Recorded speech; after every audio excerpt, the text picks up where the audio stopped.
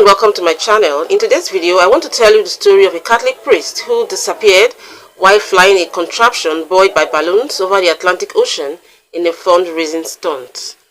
But before we get into that story, if you are a fan or lover of strange, creepy, weird and mysterious stories, you have come to the right place.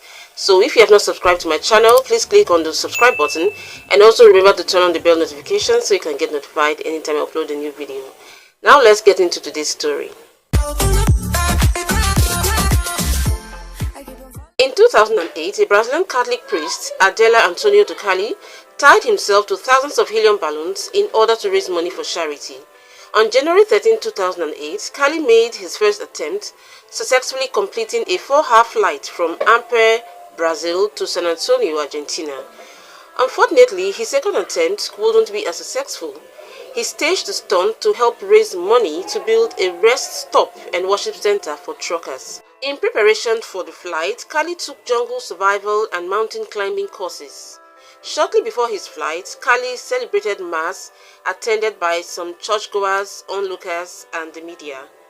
Carli's flight equipment included a parachute, helmet, waterproof coveralls, GPS device, mobile phone, satellite phone, flotation device share, aluminum terminal flight suit, and at least 5 days of food and drinking water.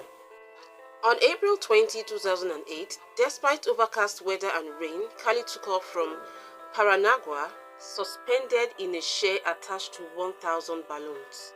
His plan was to land in Dourados, Mato Grosso do Sul, where his brother Marcos lived. Approximately 20 hours later, Carli reached an altitude of 5,800 meters, about 19,000 feet, almost twice as high as he expected.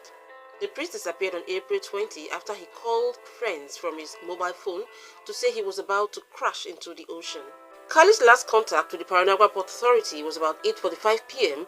after he had flown approximately 90 kilometers. After this point, he disappeared.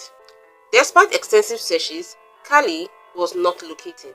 The Brazilian Navy called off the ocean search on April 29, stating that the chances of finding Carli alive in the ocean were very remote.